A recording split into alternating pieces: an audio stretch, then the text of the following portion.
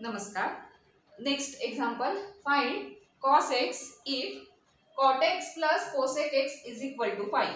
So value of cos x आपल्याला find out करायचे, पण sin x दिलेलं नाही, त्यामुळे आपल्याला डायरेक्ट इथे sin square plus cos square ही आयडेंटिटी यूज नाही करता येणार इथे ह्या स्टेजला, कारण sin ची व्हॅल्यू दिलेली नाही. पण एक इक्वेशन दिलेलं आहे, तर ते इक्वेशन यूज करून आपल्याला cos x ची व्हॅल्यू काढायची. त्यामुळे थोडंसं आपल्याला इथे अल्जेब्राचा यूज करावा लागेल, आणि ते करताना आपल्याला इन बिटवीन कुठेतरी आपल्याला आयडेंटिटी काही साइन कॉसचे फॉर्म्युले वगैरे यूज करावे लागले तर ते आपण करणारच आहोत. So given that cot x plus cosec x is equal to 5, ते आधी कन्सिडर करू. So given that cot x plus cosec x is equal to 5.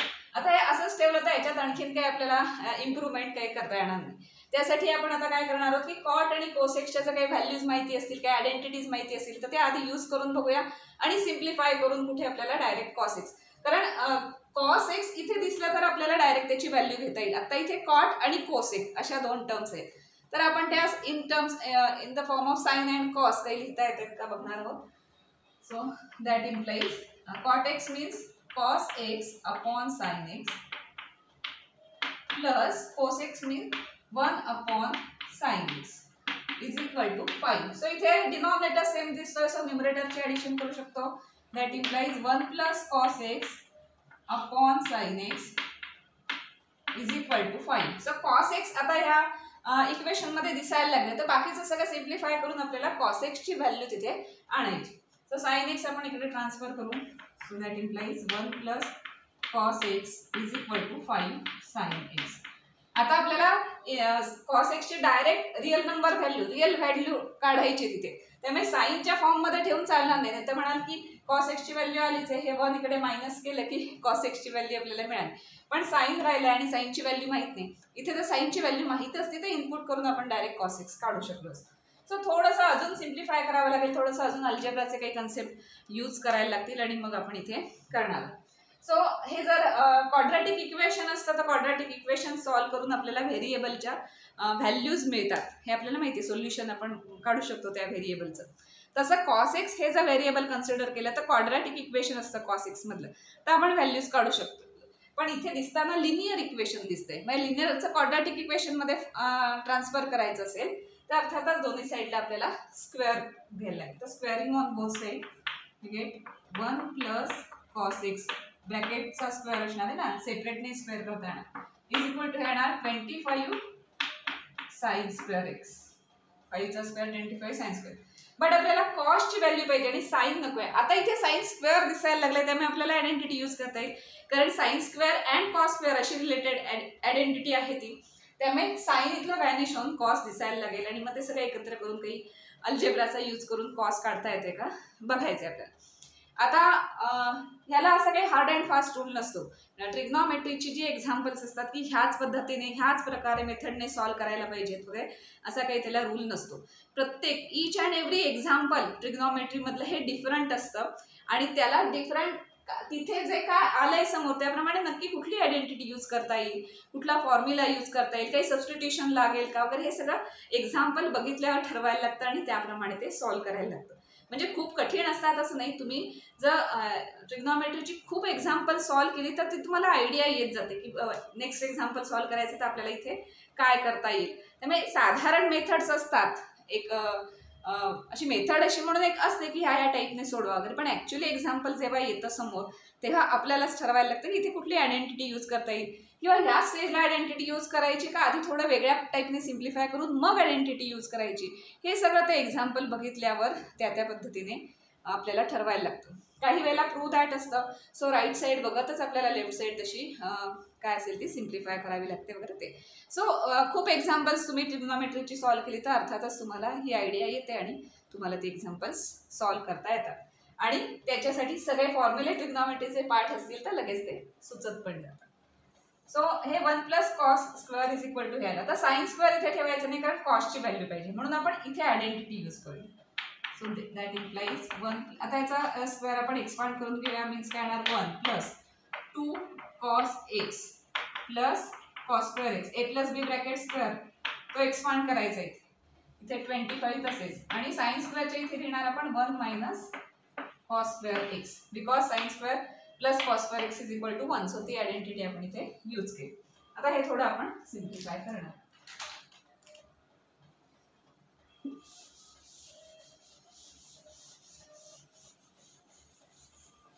आता काय cos स्क्वेअरला आपल्याला इकडे आणायचं, सगळं इकडे आणायचं म्हणजे क्वाड्रॅटिक इक्वेशन फॉर्म होईल. So that implies 1 + 2 cos x plus cos square x is equal to 25 आणि हे -25 cos square x. या सगळ्याला आपण इकडे ट्रान्सफर करूया. That implies 1 + 2 cos x plus cos square x plus होणार +25 cos square x and -25 is equal to 0. आता हे आपण क्वाड्रॅटिक इक्वेशन सारखं दिसायला लागले, ते थोडं रिअरेंज करू, सिम्प्लिफाय करू आणि सॉल्व करणार आहोत. 1 and -25 म्हणजे 24 झालं, हे 1 + 25 म्हणजे 26.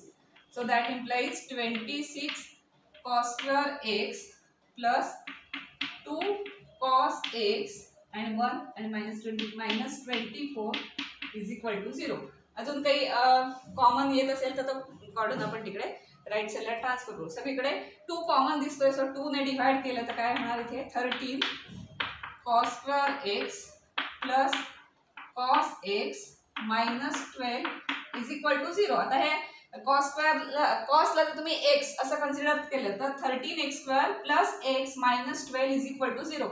हे क्वाड्रॅटिक इक्वेशन आले, ते सॉल्व केलं की कॉस्टच्या 2 व्हॅल्यूज मिळतील, त्याच आपल्याला इथे कॉस्टच्या व्हॅल्यूज म्हणून द्यायच्या आहेत. म्हणजे सो 13 × 12 असं असतं ना, जेव्हा त्याला कोइफिशियंट येतो x² ला जेव्हा कोइफिशियंट येतो त्या नुसत्या 12 चे फॅक्टर्स असं नाही कन्सिडर करायला लागत. तर 13 × 12 ही जे काय हा जो काही प्रॉडक्ट येणार आहे त्याचे फॅक्टर्स कन्सिडर करायला लागतील. पण आपण इथे ऑब्झर्व केलं तर 13 आणि 12 हेच फॅक्टर्स आपण यूज करू शकतो, कारण इथे 1 आहे. cos x ला हा काही 1 आहे, त्यामुळे हेच फॅक्टर्स आपण घेणार 13 आणि 12. फक्त आता त्याला प्लस साइन कोणाला आणि मायनस साइन कोणाला ते बघायला लागेल, बिकॉज प्रॉडक्ट मायनस आला पाहिजे आणि इथे +1 आहे म्हणजे 13 ला प्लस साइन आणि 12 ला मायनस साइन दिली की ते होणार आहे. हे सिंपल आहे. तुम्ही क्वाड्रॅटिक इक्वेशन सॉल्व केले त्याच्या आधी 3 cos square x plus 13 cos x -12 cos x -12 is equal to 0. That implies 13 cos x common into bracket cos x plus 1 -12 common into bracket cos x plus 1 is equal to 0. That implies दोन bracket झाले cos x plus 1 common into 1 common 13 cos x plus -12 is equal to 0. So हा bracket is equal to 0 और दिस bracket is equal to 0 आणि त्यावरून आपल्याला कॉस्टच्या values काढता येईल.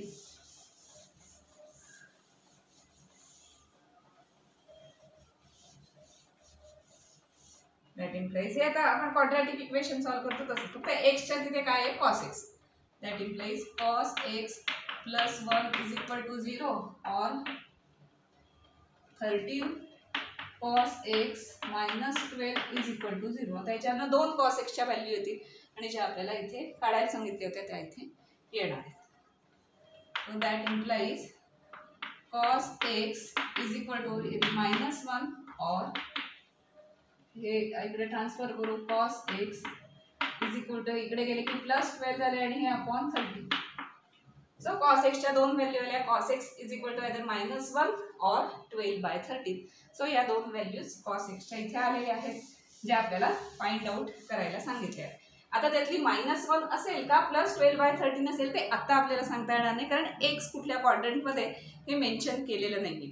त्यामुळे आपल्याला या दोन्ही व्हॅल्यूज मेन्शन करायला लागतील. ही येणार आहे और ही येणार आहे. यातली कुठली व्हॅल्यू कॉस्टची असेल डिपेंड्स ऑन कुठल्या क्वाड्रंटमध्ये x आहे त्याप्रमाणे ही कॉस्टची कुठली व्हॅल्यू असेल. म्हणजे x काय कुठला आहे म्हणजे x हा अँगल एक्झॅक्टली कुठला आहे त्याच्यावरून तो -1 असेल किंवा 12/13 असेल. पण हे इक्वेशन जर असेल फॉलो करणार तर cos x च्या आयदर ही किंवा ही याच 2 व्हॅल्यूजचा पॉसिबिलिटी आहे असं आपण इथे फाइंड आउट केलेलं आहे. सो इथे आपल्याला अल्जेब्रा यूज करायला लागलं, मध्येच आयडेंटिटी यूज करायला लागली. कुठलाही तुम्हाला कुठलीही मेथड यूज करून किंवा बरेचदा वेगवेगळ्या मेथड यूज करून तुम्हाला ते सॉल्व करावं लागतं. नेक्स्ट एक्झाम्पल एकदम सिंपल आहे.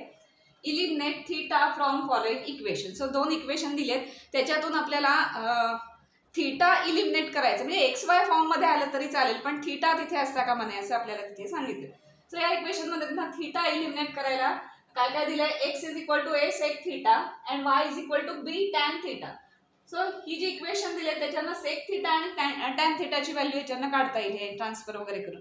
आणि मग त्या काही आयडेंटिटीज वगैरे यूज करता येतात का बघूया. आणि त्या आयडेंटिटीज जर यूज करता आल्या आणि जे काही सगळे एक्सप्रेशन आहे ते नुसतं एक्स वाय किंवा कॉन्स्टंटमध्ये आलं तरी चालेल, पण तिथे थीटा असता कामा नये असं ते एक्झाम्पल आपल्याला सॉल्व्ह करायचं. इलिमिनेट थीटा फ्रॉम इक्वेशन्स म्हणजे आपल्याला इथे आता असं इक्वेशन फॉर्म करायचं ज्याच्यात थीटा कुठे दिसणार नाही.